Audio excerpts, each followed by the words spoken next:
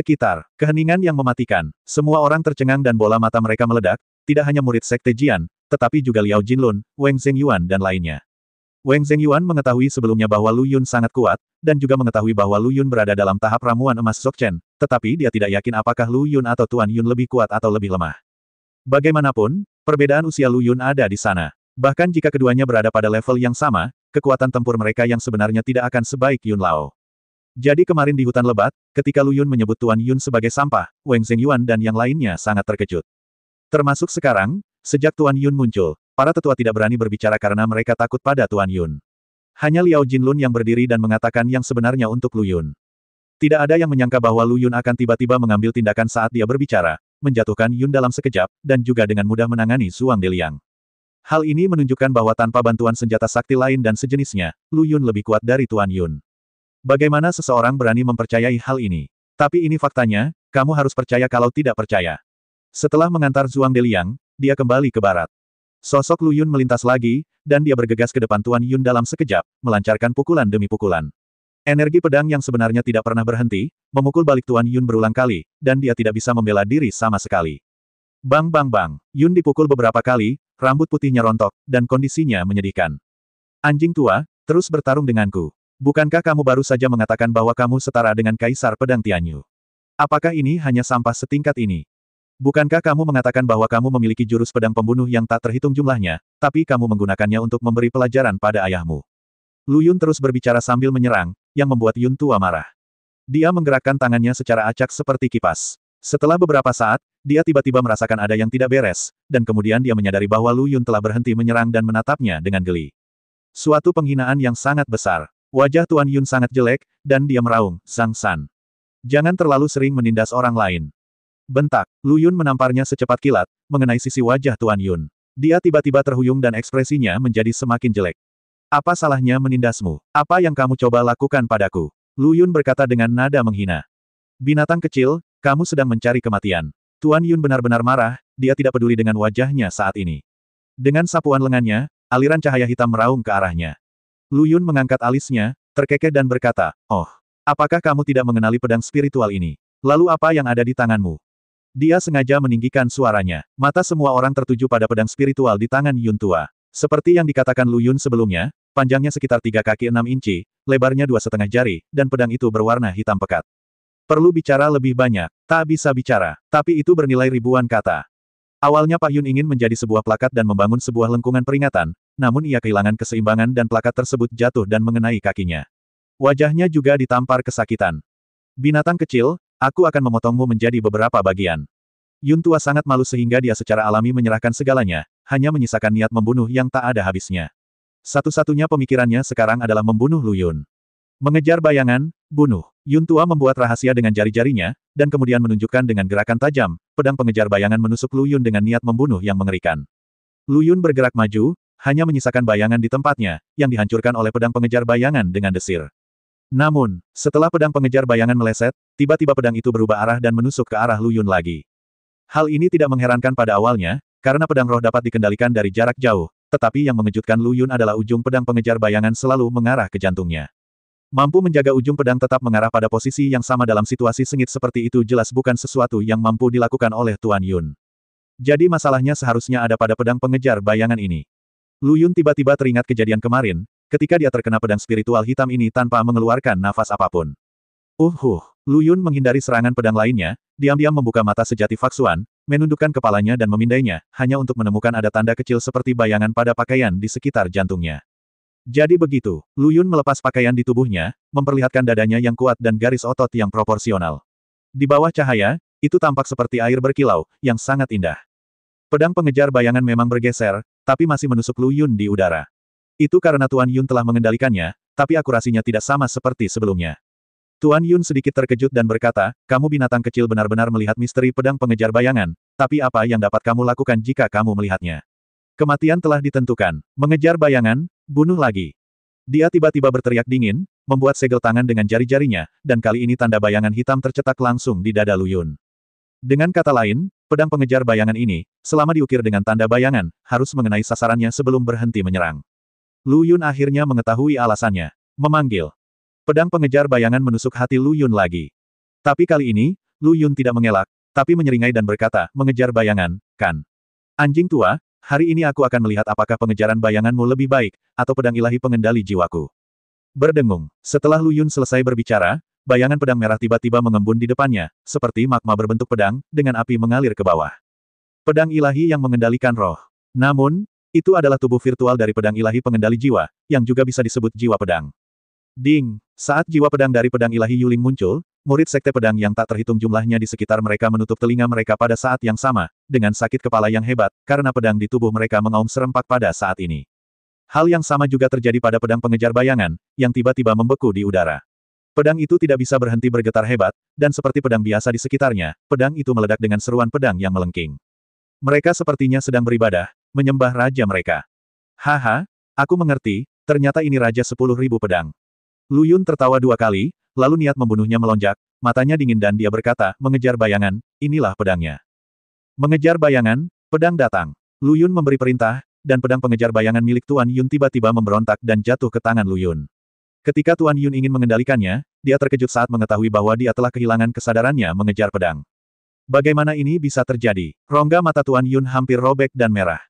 Anjing tua, kamu pikir kamu bisa membunuhku dengan mudah dan ingin membangun lengkungan peringatan yang bagus sebelum membunuhku. Sedikit yang kamu tahu, aku punya ide yang sama. Mengapa Lu Yun berbunyi bip bersamanya begitu lama? Jika itu adalah orang yang pemarah dan mampu membunuh Anda, bagaimana dia bisa memberitahu Anda tentang bukti pribadi dan materi seperti ini, sampai Anda mengakui bahwa Anda berpikiran sempit? Tapi Lu Yun tidak melakukan itu. Anda suka menjadi sebuah plakat dan membangun lengkungan peringatan, bukan? Lalu saya akan berbicara dengan Anda tentang kebenarannya terlebih dahulu, dan membiarkan Anda mengangkat plakat itu sendiri, lalu memecahkannya sendiri. Saat Tuan Yun memanggil pedang pemburu bayangan, itu berarti dia telah menghancurkan plakat yang baru saja dia dirikan. Lu Yun tidak perlu berdebat dengannya lagi. Anjing tua, lihat plakat ini, besar dan bulat, akan membuatmu kacau. Tawa Lu Yun mereda, dan niat membunuhnya tiba-tiba muncul. Kemudian dia menjepit jarinya, meniru apa yang telah dilakukan Tuan Yun sebelumnya, dan berteriak, Cai Ying, bunuh. Cahaya dingin yang tiba-tiba. Pedang pengejar bayangan menusuk ke arah Tuan Yun dengan ganas. Zui Ying, kamu pengkhianat. Pengkhianat, aku sudah selesai denganmu. Yun tua sangat marah sehingga dia menghindar dengan tergesa-gesa, bahkan esensi dan darah di tubuhnya terbakar. Sayangnya, itu tidak berhasil. Pedang pengejar bayangan menembus dadanya tanpa ampun. Ini belum berakhir. Pedang pengejar bayangan sudah disalurkan, dan sepertinya sangat marah karena kata-kata pengkhianat yang baru saja diucapkan oleh Tuan Yun. Pedang itu berayun bola-balik di dada Tuan Yun 3 kali sebelum kembali ke tangan Lu Yun. Tidak ada bekas darah di pedangnya. Ini adalah pedang sangat cepat yang tidak menyentuh darah. Setelah pedang pemburu bayangan jatuh ke tangan Lu Yun, aura pembunuh berdarah dingin tadi sudah tidak ada lagi, malah seperti kucing jinak, dengan patuh menempel di lengan Lu Yun. Di sisi lain, Tuan Yun, dari dada hingga punggungnya, mengalami beberapa lubang bocor yang mengeluarkan darah terus-menerus, dan dia tidak bisa mati lagi. Seluruh tempat itu sunyi. Dalam waktu sesingkat itu, Lu Yun pertama-tama membunuh Xie Cheng, lalu Zhuang Deliang, dan akhirnya membunuh Tuan Yun, semuanya sekaligus, dengan sangat lancar hingga menakjubkan. Itu juga merupakan kesempurnaan hebat dari tahap ramuan emas, dan Lu Yun menghancurkan Yun tua dalam segala aspek. Ini adalah kesenjangan kekuatan antara orang jenius dan orang biasa. Wang Zhengyuan dan para tetua yang mengejar Lu Yun kemarin ketakutan ketika mereka melihat tubuh Tuan Yun. Ketika mereka memikirkannya, jika Lu Yun tidak begitu membosankan kemarin, mereka akan jatuh ke dalam hutan lebat itu satu persatu. Mereka sangat beruntung bisa menyelamatkan hidup mereka. Dan, Lu Yun berkata kemarin bahwa kali berikutnya dia kembali ke Jianzhong, itu adalah saat Tuan Yun meninggal. Wang Zhengyuan berpikir bahwa kali berikutnya akan menjadi waktu yang lama, dan Lu Yun harus mencari tempat untuk berlatih keras, dan kemudian kembali untuk menyelesaikan skor ketika dia sudah cukup kuat. Siapa sangka Lu Yun akan kembali hanya dalam satu malam. Ini berbeda dengan rumor, 30 tahun di Hedong, 30 tahun di Heksi. Saya kira ada perjanjian 3 tahun, tapi saya tidak menyangka semuanya akan terbalik dalam satu malam. Sangat sulit menebak apa yang Anda pikirkan. Awalnya aku tidak ingin menjadi pemimpin sektemu. Aku sudah pergi kemarin, tapi aku tidak bisa menahannya. Xie Cheng dan Zhuang Deliang harus mengirim orang untuk menjagaku. Mereka harus menjadikanku pemimpin sekte. Aku sangat kesal, sangat kesal. Tapi aku tidak bisa berbuat apa-apa. Aku bisa mengerti perasaan mereka. Lagi pula, potensiku sangat besar. Mereka pasti berharap aku bisa tetap menjadi master sekte, dan mereka bahkan akan mengorbankan nyawa mereka sendiri untuk mempertahankanku. Mereka punya niat yang sangat baik. Dan saya adalah orang yang sangat bertanggung jawab. Sekarang saya telah membunuh 2 master sekte ini, saya pasti akan mengambil tanggung jawab ini. Oleh karena itu, di masa depan, 3 sekte pedang utama akan bergabung menjadi sekte Kaisar Pedang, dan saya akan menjadi pemimpin sekte baru. Apakah Anda punya pendapat? Setelah Lu Yun selesai berbicara dengan keras, Liao Jinlun adalah orang pertama yang berlutut di tanah, sangat bersemangat. Temui Master Sekte. Dia selalu bermimpi bahwa Sekte Kaisar Pedang dapat dibangun kembali, tetapi dia tidak menyangka hal itu akan menjadi kenyataan hari ini. Wang Zhengyuan dan tetua Sekte Pedang lainnya juga berlutut dan berkata dengan hormat, salam kepada Master Sekte. Murid Sekte Pedang di sekitar mereka masih dalam kondisi lesu, dan mereka tidak tahu apakah ini kenyataan atau mimpi. Suara Lu Yun terdengar lagi, saya orang yang sangat demokratis. Jika ada di antara Anda yang tidak ingin tinggal di Sekte Kaisar Pedang, Anda dapat pergi sendiri. Saya pasti tidak akan meminta pertanggungjawaban Anda, tentu saja tidak. Kata-kata ini langsung membangunkan semua orang, dan mereka segera berlutut ketakutan dan berkata serempak, salam kepada Master Sekte. Akademi Yunsan, keluarga Su. Zhu Gaofeng mengalami depresi. Setelah sekian lama, tidak ada kemajuan dalam kematian putranya Zhu Yu. Zhu Liu dan beberapa orang yang dikirim ke Provinsi Jiangnan untuk menyelidiki hanya mengembalikan beberapa informasi yang tidak berguna kepadanya. Mereka sama sekali tidak menemukan pembudidaya Jindan di Provinsi Jiangnan. Laporan pemurnian Qi dan pembangunan fondasi yang mereka laporkan sama sekali tidak mungkin menjadi pembunuhnya. Zhu Gaofeng sangat mudah tersinggung. Dia bahkan memiliki ide untuk pergi ke Sekte Danyang untuk membuat keributan besar berkali-kali, tetapi dia tahu bahwa itu tidak terlalu penting. Meskipun Sekte Danyang secara keseluruhan tidak kuat, formasi pelindung gunung mereka tidak berani memprovokasi bahkan kesempurnaan panggung Golden Elixir. Bagaimanapun, Kaisar Qing saat itu bukanlah orang biasa. Sial, perempuan jalang pelacur Lu Qingye itu benar-benar bahagia.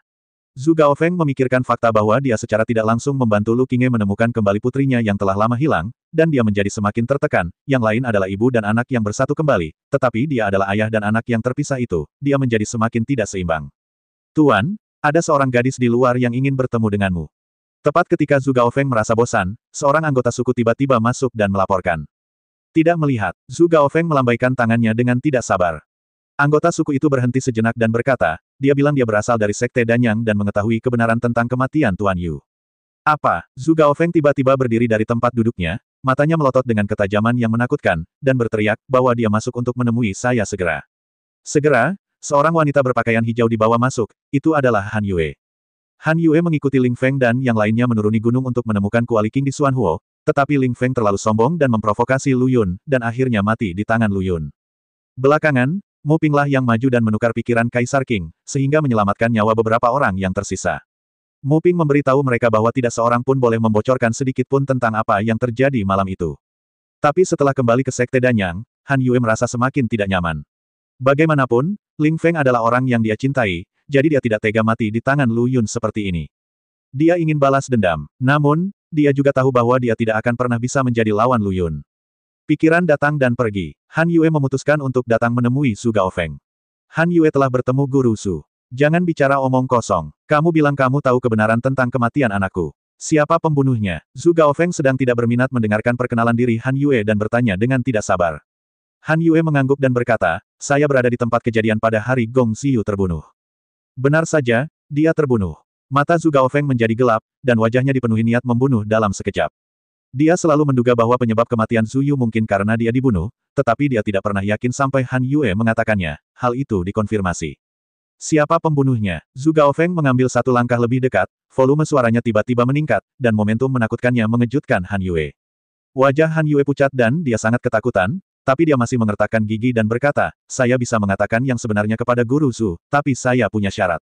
Kondisi. Zhu Gaofeng tiba-tiba mengerutkan kening dan menatap Han Yue, penuh intimidasi. Sekarang Han Yue telah datang ke rumahnya, dia memiliki 100 cara untuk memaksanya mengatakan yang sebenarnya. Tidak perlu menegosiasikan persyaratan apapun dengannya, tetapi Zhu Gaofeng akhirnya mendengus dan berkata, kondisi apa? Aku ingin bergabung dengan Akademi Yunsan dan mendapatkan pelatihan kunci keluarga Su. Han Yue Qiang selesai berbicara dengan nafas yang kuat, detak jantungnya berdetak seperti drum, dan dia sangat gugup. Saat pertama kali terlibat dalam kultivasi, dia ingin menjadi murid Akademi Yunsan, tetapi karena kualifikasinya terlalu biasa, bahkan jika dia masuk Akademi Yunsan, dia tidak akan dianggap serius. Dalam keputusasaan, dia tidak punya pilihan selain menerima hal terbaik berikutnya dan bergabung dengan Sekte Danyang. Setidaknya bakat alkimianya cukup bagus. Tentu saja itu mungkin saja. Dia tidak terlalu menonjol di Sekte Danyang, dan pencapaiannya di masa depan sepertinya tidak akan terlalu bagus. Jadi Han Yue datang ke Zhu Gaofeng kali ini. Selain ingin mengulurkan tangannya untuk membalaskan dendam Ling Feng, dia juga berharap mendapat kesempatan untuk fokus pada kultivasi. Selama keluarga Zhu bersedia mengeluarkan sumber daya untuknya, dan dia dapat menyempurnakan beberapa ramuan yang akan membantu latihannya, tidak peduli seberapa biasa kualifikasinya, kemungkinan besar dia akan menerobos ke tahap ramuan emas dalam hal ini, kehidupan. Inilah tujuan Han Yue. Dia sangat takut Zhu Gaofeng tidak setuju, jadi dia memberanikan diri. Zhu Gaofeng setuju tanpa banyak keraguan dan berkata, kondisinya tidak berlebihan. Saya setuju, tetapi jika Anda memberitahu saya bahwa Anda berbohong kepada saya, Anda harus menyadari konsekuensinya. Kata-kata itu jatuh. Dia membanting telapak tangannya ke kursi di belakangnya. Dengan keras, kursi itu hancur dan serpihan kayu berserakan di lantai. Han Yue buru-buru mengangguk dan menjelaskan semua yang terjadi malam itu. Brengsek. Setelah Zhu Gaofeng mendengar ini, seluruh tubuhnya dipenuhi dengan niat membunuh dan wajahnya garang.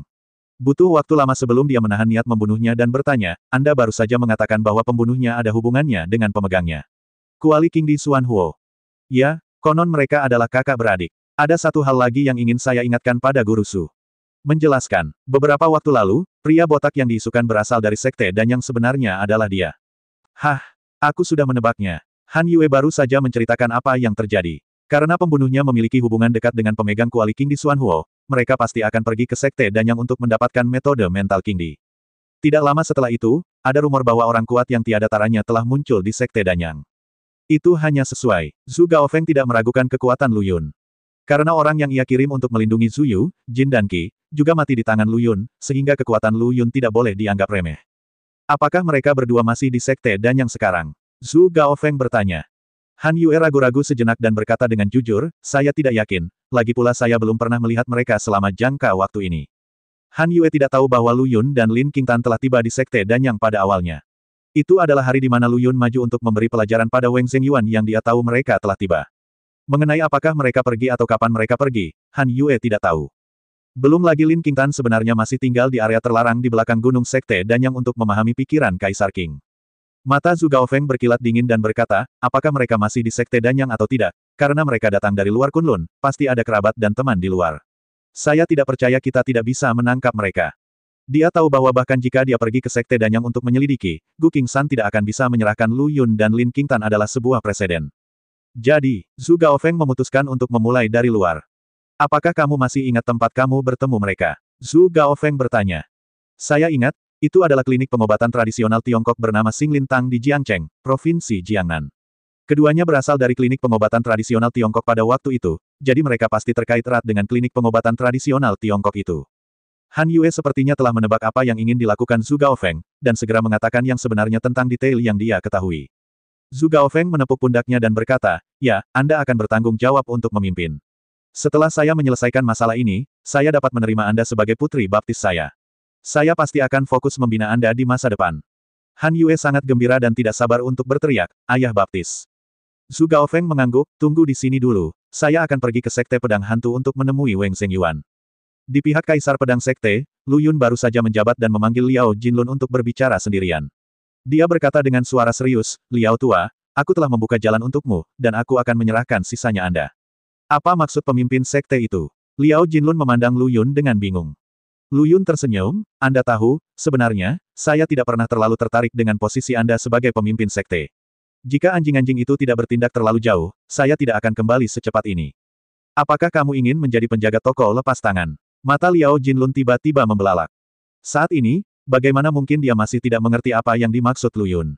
Dia jelas tidak ingin tinggal di sekte Kaisar Pedang. Tapi Anda, pemimpin sekte, baru bertugas kurang dari setengah hari.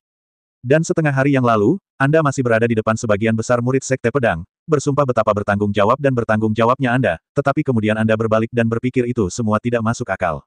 Apakah itu munafik? Wajah Liao Jinlun penuh kebencian. Jangan mengatakannya terlalu kasar. Apa artinya menjadi penjaga toko lepas tangan? Aku hanya berada di tempat lain dan memikirkan hal-hal yang belum selesai, jadi aku tidak bisa tinggal di Sekte Kaisar Pedang untuk saat ini, menjadi. Lu Yun menjelaskan. Liao Jinlun penasaran, Master Sekte, bolehkah saya bertanya apakah Anda memiliki urusan yang belum selesai? Katakan padaku, mungkin saya bisa membantu.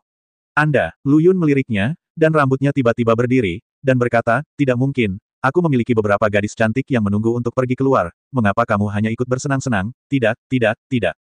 Lu Yun tidak menyukai ini. Liao Jinlun bahkan lebih kesal, berpikir bahwa pemimpin sekte memiliki beberapa urusan penting yang belum selesai, tetapi ternyata dia hanya berpikir untuk menjemput anak perempuan, dan untuk menjemput anak perempuan, dia bahkan mengabaikan sekte tersebut. Benar-benar tidak berguna, aku lega menyerahkan sekte Kaisar Pedang padamu. Lu Yun sepertinya tidak menyadari kebencian Liao Jinlun, dan menepuk pundaknya, bertingkah seperti pemuda, jika kamu melakukan pekerjaan dengan baik, kamu akan mendapat promosi dan kenaikan gaji di masa depan. Sehat. Apalagi yang bisa dikatakan Liao Jinlun, dia hanya bisa menghela nafas berat, karena ketua sekte telah mengambil keputusan, Liao tidak punya pilihan selain mengambil posisi ketua sekte untuk sementara. Ketika kamu sudah selesai menangani urusan pribadimu, kamu bisa kembalilah dan ambil jabatan itu kapan saja.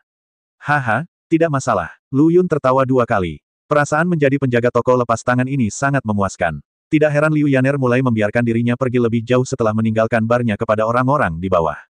Ngomong-ngomong, bukankah kita harus mencari kesempatan untuk menyerang Vixen menawan itu? Dia mungkin masih tidak tahu bahwa dia telah memecahkan rahasia keterampilan sihir yang tidak diketahui. Jika rubah betina berani bermain api lagi kali ini, Lu Yun tidak akan keberatan memberinya warna.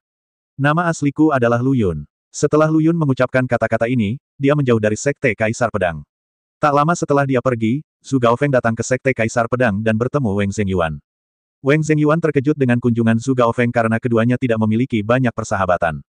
Tapi Anda tetap harus bersikap sopan. Penatua Wang, ketika saya baru saja masuk, saya melihat Sekte Pedang Hantu Anda tampaknya berbeda dari sebelumnya. Zhu Gaofeng jelas memperhatikan perubahan halus di Sekte Pedang Hantu dan bertanya dengan bingung. Wang Zhengyuan berkata, di masa depan, tidak akan ada Sekte Pedang Hantu, atau Sekte Pedang Kuno, atau Sekte Lingjian. Hanya akan ada satu Sekte Kaisar Pedang. 3 Sekte Pedang kami pada awalnya merupakan satu kesatuan. Zhu Gaofeng tertegun sejenak, lalu dengan cepat bereaksi dan berkata, apakah karena penerus Kaisar Pedang? Tidak sulit untuk menebaknya. Belum lama ini, penerus Gunung Raja Pedang keluar, dan kemudian 3 Sekte Pedang utama bergabung menjadi satu. Pasti ada hubungan yang erat antara keduanya. Wang Zhengyuan mengubah topik dan berkata, ini adalah masalah internal Sekte Kaisar Pedang kita. Tidak perlu bertanya lebih banyak, Guru Zhu. Saya bertanya-tanya mengapa Guru Zhu datang kepada saya kali ini.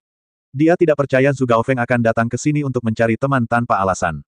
Zhu Gaofeng berpikir sejenak dan kemudian bertanya, Penatua Wang, saya mendengar bahwa saudaramu, Hantu Tua Wang, menghilang beberapa waktu yang lalu. Zhu Gaofeng, apa maksudmu? Wang Zhengyuan awalnya sopan kepada Zhu Gaofeng, tetapi ketika Zhu Gaofeng mengucapkan kata-kata yang menyinggung seperti itu, sepertinya dia sengaja memperlihatkan bekas lukanya, dan Wang Zhengyuan tiba-tiba menjadi marah.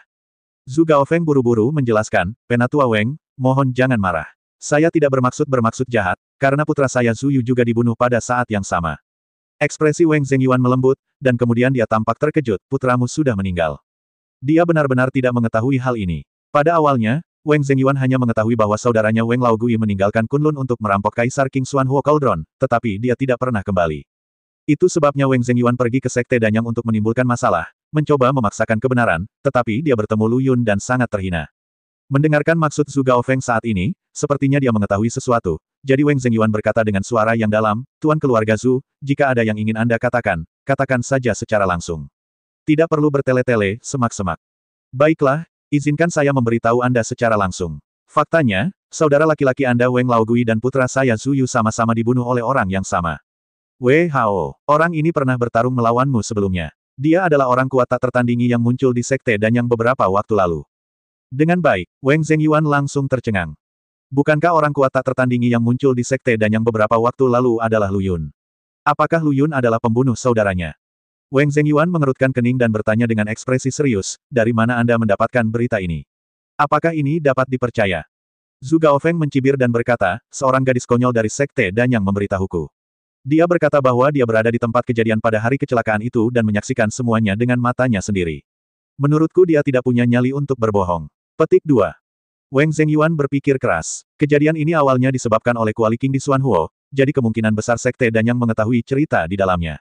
Selain itu, selama periode itu, seorang master sekuat Lu Yun tiba-tiba muncul di Sekte Danyang, yang aslinya sangat tidak terduga. Master Sekte Danyang mempraktikkan alkimia, dan budidayanya umumnya rendah. Bagaimana dia bisa mengembangkan pembangkit tenaga listrik yang tiada taranya? Wang Zhengyuan sudah lama merasa ada yang mencurigakan dalam masalah ini. Mendengar perkataan Zhu Gaofeng saat ini, Wang Zhengyuan merasa hal itu memang benar adanya. Apa yang dikatakan Zhu Gaofeng kemungkinan besar adalah kebenaran.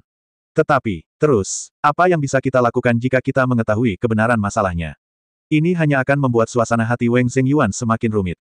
Dia pernah berpikir untuk membalaskan dendam saudaranya, tapi itu tanpa mengetahui bahwa pembunuhnya adalah Lu Yun, tapi setelah mengetahui kebenaran dari Zhu Gaofeng hari ini, dia ragu-ragu. Siapa Lu Yun? Pemimpin Sekte Kaisar Pedang mereka saat ini, bahkan makhluk menakutkan seperti Tuan Yun, mati di tangannya.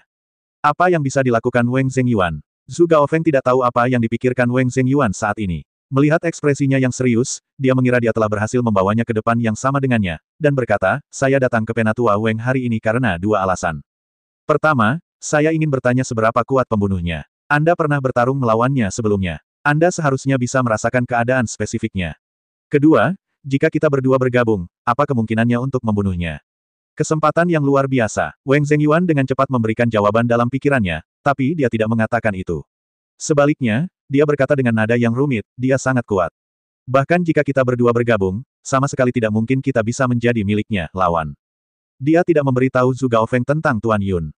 Pikirkan tentang itu. Weng Zhengyuan berkata dengan penuh arti, Tuan Zhu, izinkan saya menasihati Anda lagi. Lebih baik serahkan balas dendam putra Anda. Orang itu tidak mudah untuk diprovokasi.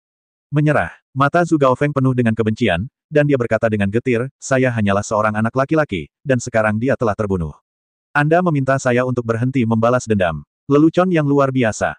Tentu saja dia tidak boleh menyerah. Membunuh seumur hidup adalah hal yang biasa. Weng Zhengyuan terdiam beberapa saat dan menghela nafas sedikit, sebenarnya, Anda dan saya sama-sama tahu di dalam hati bahwa putra Anda dan saudara laki-laki saya bersalah. Jika mereka tidak mengkhawatirkan Kualisuan Huo Kaisar King terlebih dahulu, ini tidak akan terjadi, hal semacam itu. Ini juga salah satu alasan mengapa Weng Zhengyuan berhenti membalas dendam. Ibarat sekelompok perampok lari mencuri sesuatu, tapi dibunuh oleh pihak lain. Mereka hanya bisa menyalahkan diri sendiri karena serakah. Ini salah satu alasannya. Tentu saja, alasan utamanya adalah dia takut dengan kekuatan Lu Yun. Weng Zhengyuan tidak bisa memikirkan balas dendam, jadi dia hanya bisa membatalkan masalah tersebut. Tetapi Zhu Gaofeng tidak berpikir demikian. Melihat sikap Weng Zhengyuan, dia sangat menghina dan berkata, saya selalu mendengar bahwa Penatua Weng menyendiri dan sombong. Saya tidak menyangka bahwa setelah dikalahkan sekali di Sekte Danyang, dia menjadi seperti ini. Dia bahkan tidak berani membalas dendam pada saudaranya sendiri, itu sungguh konyol. Sebuah metode memprovokasi jenderal, apakah itu berguna? Lanjutkan jika Anda bisa. Setelah tidak berkata apa-apa beberapa saat, Weng Zhengyuan terlalu malas untuk berbicara dengannya lagi. Wajahnya menjadi gelap dan dia berkata, tidak mungkin bagimu untuk bergabung denganku. Aku hanya bisa menasihatimu untuk menjaga dirimu sendiri. Setelah mengatakan itu, dia mendengus dingin, menyingsingkan lengan bajunya dan pergi. Zhu Gaofeng mengertakkan gigi, ekspresinya suram, dan dia mengutuk Weng Zhengyuan dalam pikirannya bahwa dia tidak setenar dia ketika mereka bertemu, dan bahwa dia hanyalah seorang pengecut. Tentu saja dia tidak bisa tinggal lebih lama lagi dan menjadi depresi. Tidak lama setelah Zhu Gaofeng pergi, Weng Zhengyuan segera berlari menemui Lu Yun untuk melapor. Dia akan memberitahu Lu Yun tentang hal ini. Ada dua alasan. Pertama, ingatkan Lu Yun untuk lebih berhati-hati. Kedua, biarkan Lu Yun mengerti bahwa dia sudah mengetahui kebenaran masalah ini, tapi dia tidak punya niat balas dendam, untuk menunjukkan kesetiaannya. Seperti yang dapat Anda bayangkan, Weng Zhengyuan tidak melihat Lu Yun, jadi dia harus bertanya kepada Liao Jinlun dengan ragu, di mana Master Sekte itu. Ketua Sekte memiliki ambisi besar dan menganggap menyelamatkan rakyat jelata sebagai tugasnya. Dia telah melakukan perjalanan. Saya akan mengambil alih posisi Ketua Sekte untuk saat ini. Apakah ada hal penting yang harus Anda lakukan? Berkata tanpa tersipu. Tentu saja, mustahil baginya untuk memberitahu Weng Zhengyuan bahwa pemimpin sekte telah meninggalkan Sekte Kaisar Pedang kami untuk menjemput gadis-gadis. Tampaknya pemimpin sekte telah meninggalkan Kunlun. Weng Zhengyuan secara kasar menebak kemana Lu Yun pergi, jadi dia menggelengkan kepalanya dan berkata, tidak apa-apa. Karena pemimpin sekte melakukan perjalanan, lupakan saja. Akademi Yunsan, keluarga Zhu. Zhu Gaofeng membalas dengan marah, wajahnya sangat jelek. Han Yue sepertinya telah menyatu dengan keluarga Zhu. Ketika dia melihat Zhu Gaofeng kembali, dia segera melangkah maju dan berseru dengan penuh kasih sayang, Ayah Baptis, apa kabar? Orang tua Weng Zhengyuan itu hanyalah seorang pengecut. Han Yue berinisiatif membantu Zhu Gaofeng meremas bahunya dan berkata, sebenarnya, itu bisa dimengerti. Weng Zhengyuan dulunya penyendiri dan sombong. Dia berani pergi ke Sekte Danyang untuk menimbulkan masalah sendirian. Akibatnya, dia dipukuli sampai mati oleh Lu Yun. Mentalitasnya mungkin rusak. Kamu pengecut, tapi dia masih berada di tahap tengah inti emas. Zhu Gaofeng mendengus jijik, dan tiba-tiba sepertinya teringat sesuatu. Dia menoleh ke Han Yue dan berkata, kamu istirahat yang baik di rumah Zhu untuk saat ini. Kita akan pergi ke Provinsi Jiangnan dalam beberapa hari. Aku masih ada yang harus dilakukan. Petik 2. Baiklah Ayah Baptis. Zhu Gaofeng memanggil seorang anggota suku dan menyuruhnya untuk menenangkan Han Yue, lalu memasuki ruang kerja sendirian. Buka laci. Zhu Gaofeng mengeluarkan sebuah buku rahasia berwarna biru dan setumpuk kertas manuskrip tebal. Setiap lembar kertas manuskrip penuh dengan kata-kata. Buku rahasia ini diberikan kepada Zhu Gaofeng oleh temannya. Temannya berasal dari Sekte Rahasia. Sekte Rahasia bukanlah sebuah sekte, tetapi istilah kolektif yang merujuk pada keluarga-keluarga yang memiliki metode rahasia pewarisan darah. Yang disebut metode rahasia pewarisan darah adalah metode rahasia yang perlu dikembangkan dengan membangkitkan garis keturunan. Metode rahasia jenis ini dapat meningkatkan kekuatan secara signifikan, tetapi setiap kali digunakan, memerlukan konsumsi kekuatan garis keturunan. Di masa lalu, sekte rahasia adalah salah satu yang mendominasi Kunlun. Sayangnya, karena alasan yang tidak diketahui, keluarga sekte rahasia ini menghilang lebih dari 20 tahun yang lalu. Tidak ada yang tahu apa situasi spesifiknya. Singkatnya, semua yang terjadi lebih dari 20 tahun yang lalu sungguh aneh dan aneh. Sepertinya semua hal aneh terjadi pada periode itu. Ini juga merupakan misteri yang telah dipelajari oleh monster-monster tua yang sudah lama tidak dilahirkan. Tanda tanya, buku rahasia biru yang dikeluarkan Zhu Gaofeng adalah metode rahasia pewarisan darah. Akademi Yunsan suka mempelajari hal semacam ini, begitu pula Zhu Gaofeng. Saat itu, dia memohon kepada teman sekte rahasianya berkali-kali, berharap agar dia bisa melihat metode rahasia suksesi darah. Temannya sedang memikirkan persahabatan mereka, jadi dia setuju untuk meminjamkannya waktu 3 hari. Saya pikir mempraktikkan metode rahasia ini membutuhkan kebangkitan kekuatan darah. Zhu Gaofeng tidak memiliki darah keluarga mereka, jadi tidak apa-apa untuk menunjukkannya. Siapa tahu, sehari setelah dia meminjamkannya kepada Zhu Gaofeng, temannya tiba-tiba menerima pemberitahuan dari keluarganya, mengatakan bahwa ada masalah mendesak dan memintanya untuk segera kembali ke keluarga. Karena tergesa-gesa, saya lupa mengambil seni rahasia suksesi darah. Setelah orang itu kembali ke keluarganya, dia tidak pernah menghubungi Zhu Gaofeng lagi, dan sepertinya menghilang begitu saja. Kuncinya adalah keluarga sekte rahasia mereka bersifat rahasia, dan alamat keluarga mereka dibuat dalam formasi tersembunyi. Orang luar tidak mengetahui lokasi spesifiknya sama sekali. Zhu Gaofeng berpikir untuk mengembalikan metode rahasia warisan darah kepada temannya, tetapi dia menyadari bahwa dia tidak tahu di mana menemukannya. Lebih dari 20 tahun telah berlalu.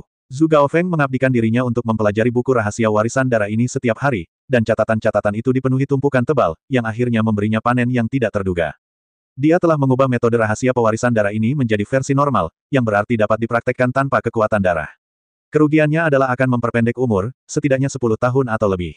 Hal ini dikarenakan, tanpa pasokan kekuatan darah, saat melakukan teknik rahasia ini, seseorang hanya dapat mengandalkan konsumsi ki dan darahnya sendiri, dan ki dan darah, dalam arti tertentu, adalah representasi dari umur. Itu sebabnya ada kerugian seperti itu. Setelah Zhu Gaofeng mengubah metode rahasia pewarisan darah ini, dia ragu-ragu untuk mempraktikkannya. Lagi pula, menggunakannya sekali akan menghabiskan setidaknya 10 tahun nyawa. Teknik rahasia umum paling banyak hanya mengkonsumsi sebagian esensi dan darah, dan bahkan jika mengkonsumsi masa hidup, itu hanya bertahan selama 2 atau 3 tahun. 10 tahun bukanlah angka yang kecil. Namun hari ini, Zhu Gaofeng memutuskan untuk mempraktikkan metode rahasia ini. Sejak kematian putra satu-satunya, Zhu Yu, dia menjadi sedikit gila. Sekarang satu-satunya pemikirannya adalah membunuh si pembunuh dan membalaskan dendam putranya. Jadi, apa artinya kehilangan 10 tahun hidup? Terlebih lagi, cara rahasia ini belum tentu digunakan. Zhu Gaofeng hanya ingin berada di sisi yang aman. Dia telah berulang kali menyebut Wang Zhengyuan sebagai pengecut dan pengecut sebelumnya, tetapi sebenarnya dia tahu di dalam hatinya bahwa kekuatan Lu Yun terlalu menakutkan. Mempraktikkan teknik rahasia adalah untuk memastikan tidak ada yang salah. Provinsi Yunnan Guizhou, Wu Manor. Di aula tertentu yang diklasifikasikan sebagai area terlarang, tiba-tiba terdengar suara gemuruh yang mengejutkan. Haha, setelah lebih dari 20 tahun, saya akhirnya berhasil menembus segel sialan ini. Di mana pria itu saat itu? Mengaum, raungan mengerikan itu mengejutkan seluruh anggota keluarga Wu. Tubuh mereka gemetar, jiwa mereka gemetar, dan mereka menari dengan penuh semangat. Itu Tuan Serigala Setan. Tuan Serigala Iblis akhirnya melepaskan segelnya. Hahaha, keluarga Wu kita telah bertahan selama bertahun-tahun, dan sekarang kita akhirnya menantikan hari di mana kita bisa maju. Selamat datang kembali di Tuan Serigala Setan. Di aula terlarang keluarga Wu, di kolam darah, segel jimat terakhir rusak, cakram itu merobek lubang besar, dan serigala darah yang memancarkan aura kekerasan muncul darinya. Itu seperti hantu jahat di neraka, mengobrak-abrik tanah dan kembali ke dunia manusia. Kali ini, serigala darah bukan lagi hantu, melainkan entitasnya, entitas daging dan darah yang telah bertahan dalam segel selama lebih dari 20 tahun dan akhirnya muncul kembali di dunia saat ini. Ledakan, ledakan, ledakan, tubuh besar serigala iblis keluar dari kolam darah dan aula selangkah demi selangkah. Setiap kali dia menginjaknya, itu bisa menyebabkan bumi bergetar hebat. Pada saat ini, di luar aula terlarang ini, semua orang dari keluarga Wu sudah berdiri, semuanya dengan ekspresi gugup karena kagum dan takut. Mata mereka tertuju pada pintu istana yang berat. Yang menggema di telinga mereka adalah suara kaki yang menginjak tanah, seolah setiap kaki menginjak jantungnya.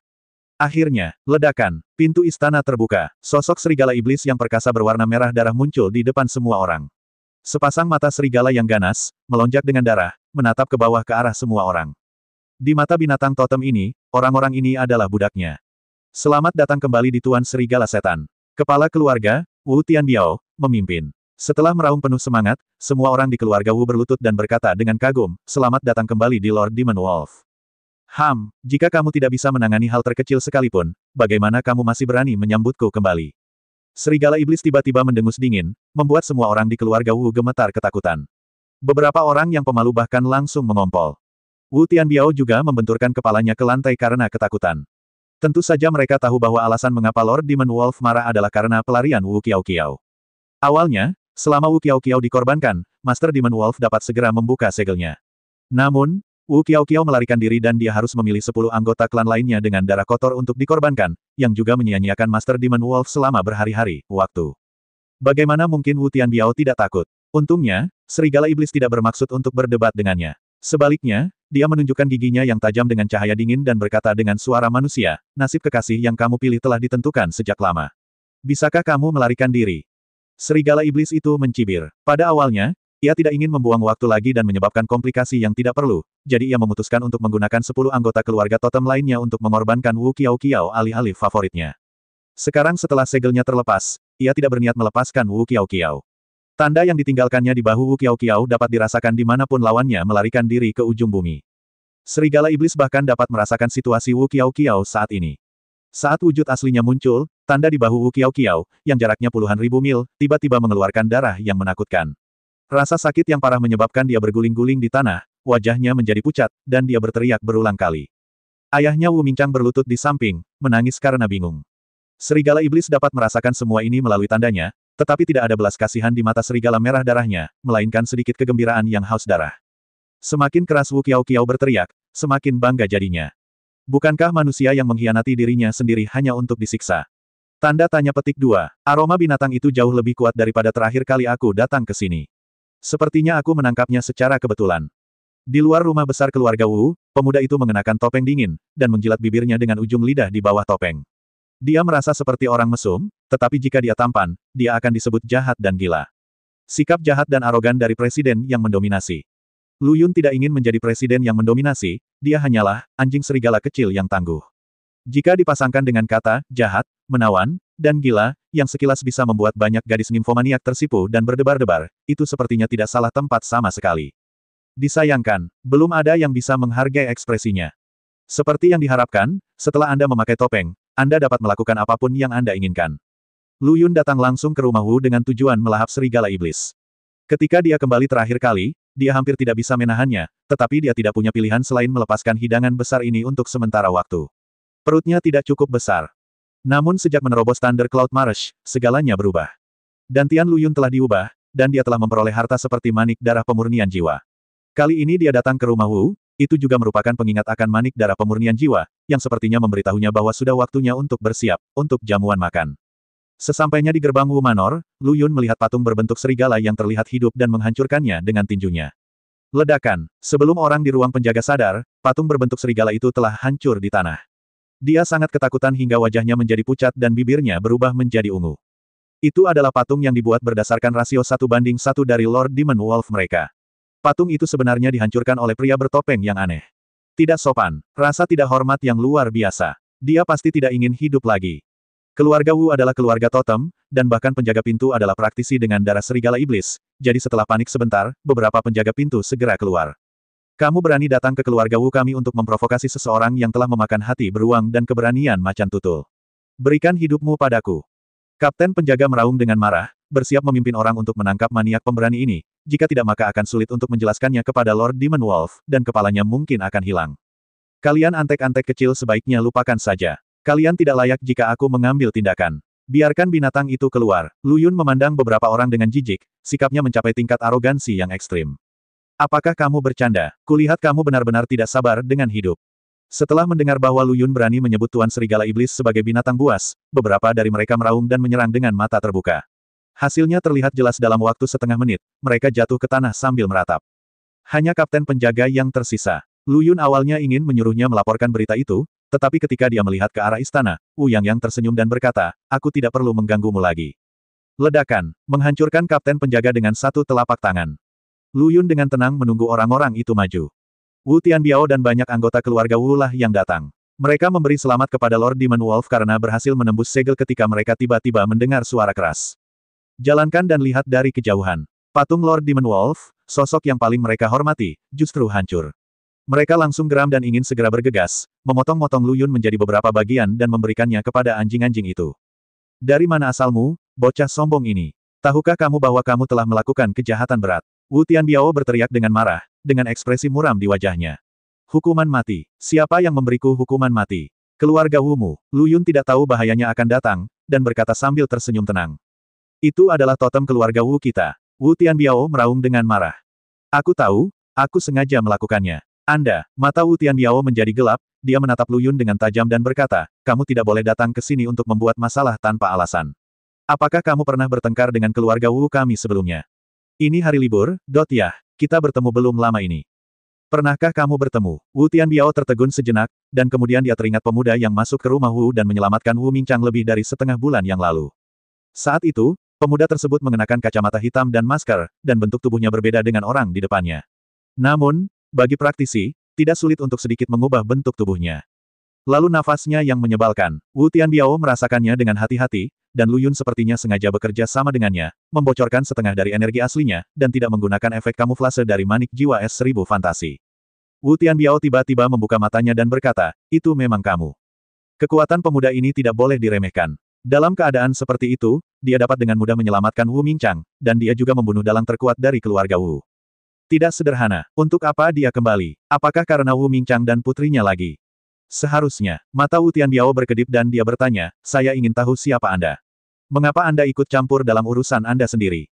Wu Tianbiao hanya menanyakan pertanyaan ini untuk mengungkapkan ketidakpuasannya. Dia tidak mengira Lu Yun akan menjawab, tapi sesuai ekspektasinya, Lu Yun justru memberikan jawabannya. Jika Anda tidak mengganti nama keluarga saat bekerja, jika Anda tidak mengganti nama saat duduk, itu seperti orang gila yang membantu Wang Gang. Geng penjahat. Wu Tianbiao tercengang beberapa saat, dan anggota suku di sekitarnya juga tercengang. Aku tidak peduli apakah kamu berasal dari geng Kuangtang atau geng Shaotian. Kamu berani menantang keluarga Wuku 2 kali. Kamu lolos dengan keberuntungan terakhir kali, tapi kali ini, kamu akan mati. Wu Tianbiao tidak tahu mengapa dia mengucapkan kata, Shaotian Gang, mungkin dia sangat marah hingga dia tertegun. Tapi dia benar tentang satu hal. Situasi kali ini berbeda dari sebelumnya, karena Lord Demon Wolf mereka telah melepaskan diri dari segelnya. Bahkan jika tahap eliksir emas mencapai kesempurnaan hari ini, Anda tetap harus mati. Kamu pengecut, aku tidak mendatangimu untuk menyelesaikan masalah, tetapi kamu berinisiatif mengirimku ke rumahku. Kebetulan kamu tidak menggerakkan ototmu selama lebih dari 20 tahun, jadi aku akan menggunakan kamu sebagai korban gigih hari ini. Begitu Wu Tianbiao selesai berbicara, suara marah segera terdengar. Semua anggota keluarga Wu menunjukkan rasa kagum dan dengan cepat membungkuk untuk memberi jalan bagi jalan yang luas. Sosok serigala iblis yang besar dan agung segera terlihat, berlumuran darah, seolah-olah terbakar dengan nyala api yang panas, mata serigala yang ganas itu menatap ke arah Lu Yun, dan cahaya haus darah melonjak. Tanda tanya, serigala iblis berjalan perlahan, menginjak tanah dengan solnya yang lebar, mengeluarkan suara berdebar. Yang keterlaluan, kemanapun ia lewat, ia akan meninggalkan 2 baris bekas kaki berwarna merah cerah, yang perlahan akan hilang hingga beberapa detik kemudian. Bisa dikatakan penuh momentum. Wu Tianbiao dan yang lainnya kagum, dengan kepala menunduk, seolah-olah mereka adalah budak. Ketika Lu Yun melihat adegan ini, dia tidak bisa menahan diri untuk tidak berkata dengan sinis, apakah ini keluarga totem? Kamu jelas-jelas bekerja sebagai anjing untuk para binatang, tapi kamu masih menunjukkan ekspresi puas diri kepada dunia luar. Kamu benar-benar membuat wajah untuk manusia.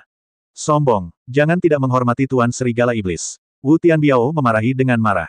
Serigala Iblis meliriknya, saya tidak meminta Anda untuk berbicara, jadi tutup mulut saja.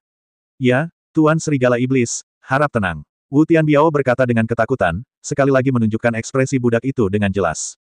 Serigala Iblis sepertinya sangat puas dengan efeknya, atau mungkin itu dilakukan dengan sengaja untuk menunjukkan kepada Lu Yun.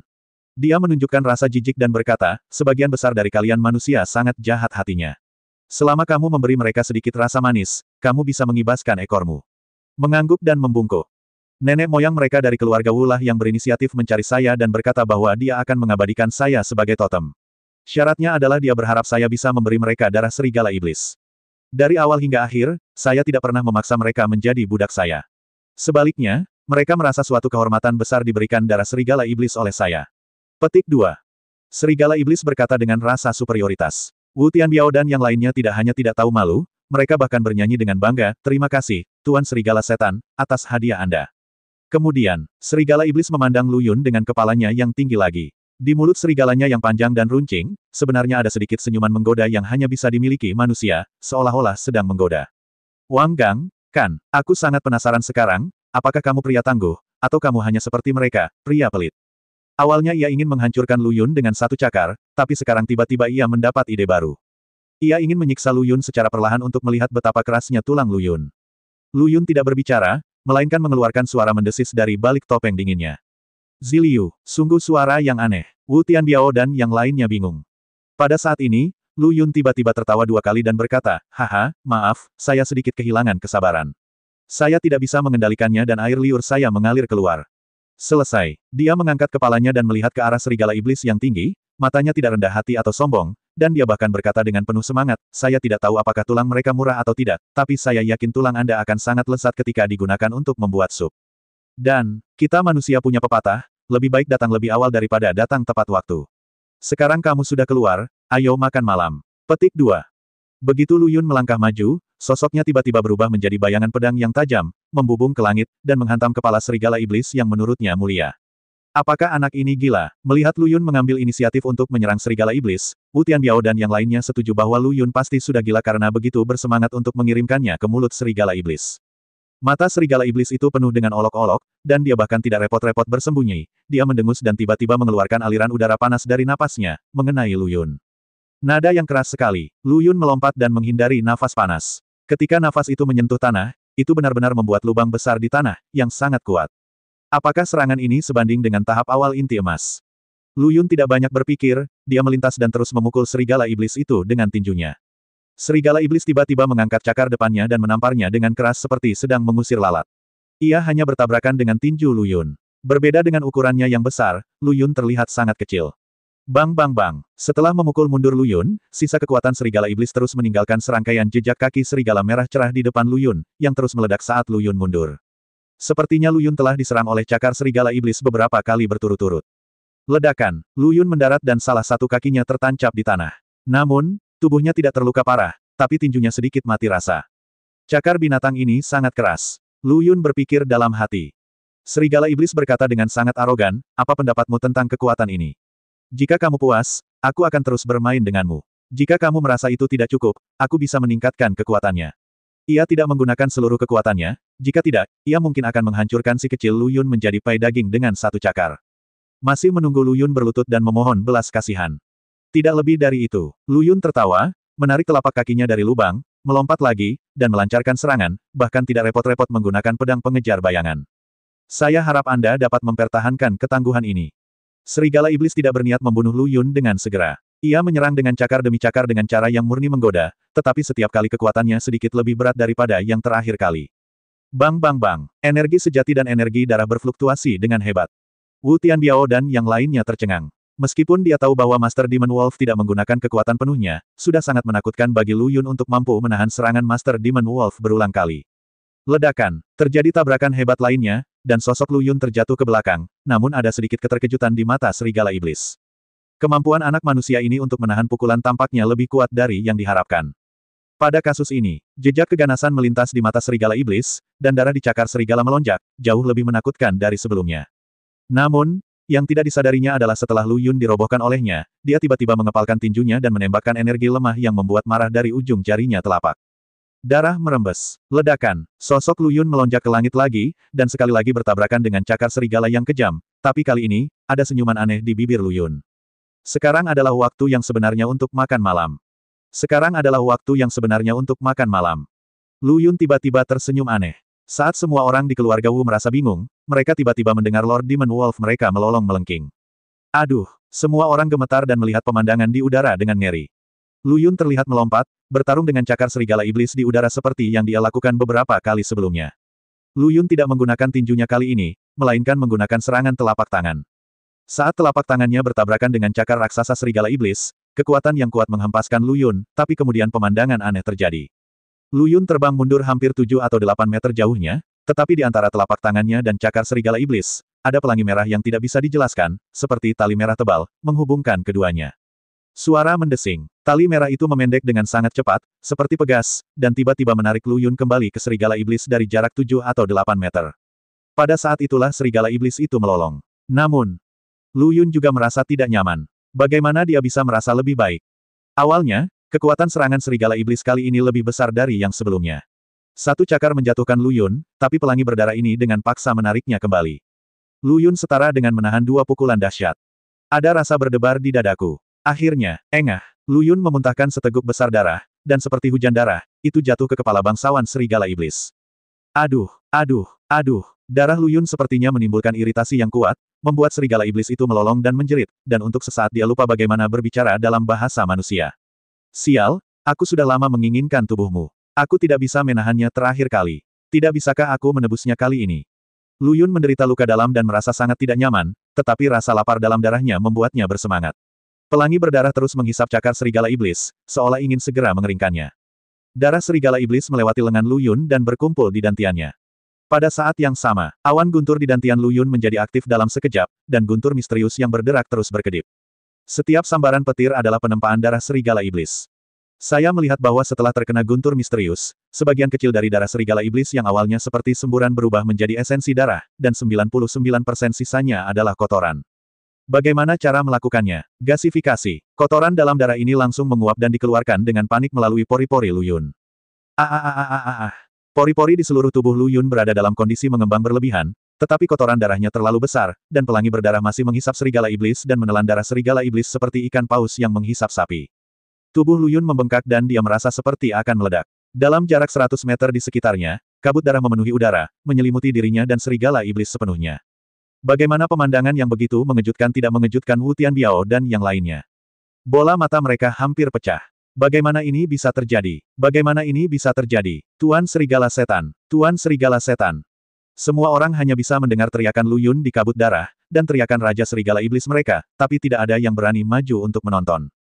Semua ini sungguh aneh. Setan Serigala Dewasa. Wu Tianbiao dan yang lainnya hanya bisa berdiri di luar kabut darah dan mengaum serempak, karena darah serigala iblis di tubuh mereka sepertinya terkuras dengan cepat.